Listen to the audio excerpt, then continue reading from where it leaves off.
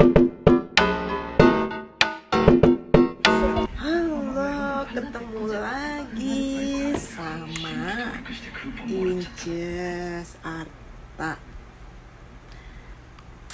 Namaku sebenarnya itu Inces itu cuman panggilan orang-orang yang ngerti aja sih, yang temen dekat biasanya yang ngerti. Dulu tuh ceritanya tuh yang Inces ini, yang kasih nama Inces ini temen aku. Sekarang yang suka panggil Inces itu juga udah pada pulang. Masih ada anaknya Bunda. Nah itu ceritanya udah aku tulis ya. Sebenarnya itu Inces tuh bukan siapa sih, maksudnya apa ya, aku tuh bukan seorang apalah, bukan. Aku seperti orang biasa lah, cuman banyak bersyukur aja ya. Terus dipanggil Inces itu karena aku tuh waktu itu dulu tuh part time di tempat roti. Nah tempat roti itu berdiri tuh sambil ngepakin gitu. Nah udah ngepakin itu aku tuh cepet ya, terus lidah aku tuh apa ya, nggak tahu deh pokoknya. Terus udah itu diganti dari dari berdiri ke duduk. Nah abis itu baru tuh dicobain kursi, caranya gimana. Nah pertama kali tuh yang duduk tuh aku, makanya aku tuh dipanggilnya Inces. Bukan karena gimana kayak Inces ini tuh, bukan. Nah elah gitu apa sih gitu kan. Nah dari itu aku dipanggilnya Inces gitu. Bukan yang sok cantik, sok tajir, sok kayak, enggak, biasa aja gitu. Itu ada yang julid gitu, Inces apaan sih gitu, adalah gitu. Mereka tuh jadi yang biasa manggil aku Inces gitu tuh, dia manggil aku Arta itu kayaknya enggak ini, kayak mereka juga apa ya, kayaknya kok enggak enak gitu. Terus ada kan anak temen aku manggilnya emang Tante Inces gitu. Emang udah apa ya, udah apa ya,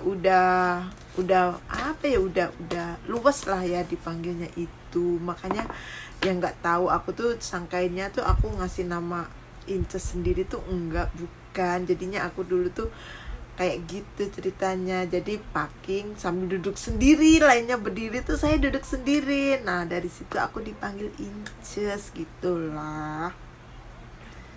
Nah aku tuh di Jepang ini alhamdulillah aku udah 6 tahun.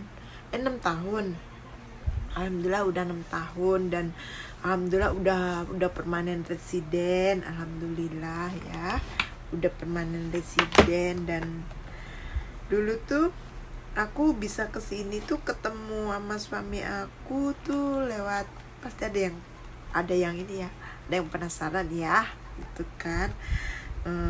Aku tuh ketemu sama suami aku pertama kali di Bandara Soekarno-Hatta. Tapi ya pertama kali tatap muka, face to face gitu, aku tuh di Bandara Soekarno-Hatta. Nah itu tuh aku sebelumnya aku dikenalin sama teman aku yang lagi ada kensu atau magang di Jepang sini. Menginapnya kebetulan di tempat suami aku kerja, di Hotel Kuretake. Nah di Hotel Kuretake itu ketemu dong sama suami aku, ketemu sama anak Suzuki waktu itu ya, anak Suzuki ketemu. Nah udah itu tuh aku suamiku ini masih single ya, masih statusnya masih bujangan. Udah itu nyari, maksudnya bukan sih cari kenalan gitu, pengennya sih bukan orang sini, pengennya yang orang luar negeri gitu, terutama Indonesia. Nah udah itu dikenalin sama temennya itu 3 cewek yang dikenalin. Yang pertama orang Cikampek, masih gadis, aku lihat montok cantik. Terus yang kedua orang Jogja, janda anak 1. Nah ketemu aku janda anak 2. Jadi anak 2 guys, aku guys ketemu sama suami aku, tapi umurku tetap masih di bawah suami aku, selisih 6 tahun. Nah udah itu tuh apa ya, terus ya ngobrol, aku dikasih waktu itu dikasih Facebook, terus waktu itu zamannya BlackBerry ya, BlackBerry dikasih pinnya, terus ya udah kita chattingan di situ. Tapi kenapa ya tuh nyambung, padahal suami aku tuh, aku nggak bisa bahasa Jepang dan suamiku tuh nggak bisa bahasa Indonesia. Ya bisa, cuman kan orang baru 4 bulan ketemu temen-temen aku itu yang orang Suzuki itu kan baru banget kan, berarti bisa bahasanya. Tapi nggak tahu, dengan izin Allah kali ya, tuh aku bisa komunikasi lancar sama suami aku, sampai maksudnya apa yang dimaksud suamiku tuh aku ngerti gitu loh, jadinya nyambung. Terus aku bilang, aku minder dong, orang Jepang kan putih-putih, secara gue hitam gitu kan. Aku tuh ngomong sama suami aku, sama mantan pacar aku, yang aku ini hitam loh. Terus nggak apa-apa, saya suka hitam. Tapi kita udah nikah mah gue diledekin lu hitam, gue putih gitu kan. Terus di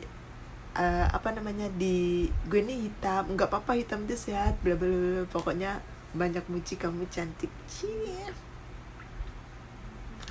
kamu cantik gini-gini. Nah itu kan dulu tuh nggak ada lewat video call gini, nggak ada. Jadi dulu lewat Skype, zamannya aku tuh lewat Skype.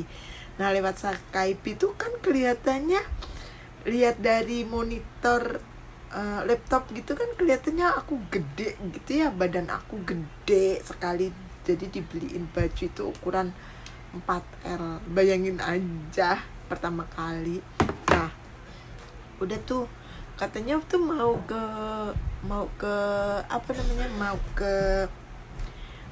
ke Indonesia gitu kan, udah mau ke Indonesia. Terus bener, ternyata itu bener. Tapi aku kan nggak mau ini ya, nggak mau kapusan janji, asik, nggak mau dibohongin, dan aku tuh nggak mau gagal yang kedua kali. Jadinya aku tuh tes dulu dong, ini orang seneng aku apa enggak. Biasalah cewek matre enggak sih, cewek matre, cuman aku ngetes, aku harus bikin paspor dan aku nggak punya uang waktu itu. Terus tapi emang suamiku ini nggak pelit ya, belum pernah ketemu aku, tapi aku dititipin uang dulu lewat temen aku yang di Suzuki itu. Sebelumnya sih belum temen aku ya, bukan temen dari temen gitu. Terus dititipin power bank, jam G-Shock, terus uangnya kalau nggak salah tuh 10.000 yen ya, kita 1.300 lah zaman dulu. Cuma dititipin aja, wow ini berarti ini bener suka sama aku gitu kan. Nah udah itu yang kedua. Terus yang pertama waktu inget banget, masih tahun baru waktu itu kan, bulan November ya. Terus yang keduanya itu dititipin lagi ATM guys, dititipin ATM. Waktu pertama kali tuh isinya kalau nggak salah tuh 15 juta. Nah sama dibeliin cincin diamond aku sama suami aku itu, bahwa kalau di Jepang itu waktu budayanya Jepang itu kalau pacaran itu juga dibeliin cincin dan nikah pun dibeliin gitu. Ini masih melingkar di jariku. Nah kalau yang ini waktu tunangan, ini yang waktu nikah, tapi bukan ini sebenarnya, warnanya putih, cuman mas putih, cuman nggak aku pakai matanya copot karena aku tuh pesen di Indonesia waktu itu. Nah udah wah berarti ini bener-bener ya, bener-bener nggak yang bohong. Takut dong udah nyampe Jepang terus dibohongin, kan nggak banget gitu kan. Nah udah itu ternyata benar.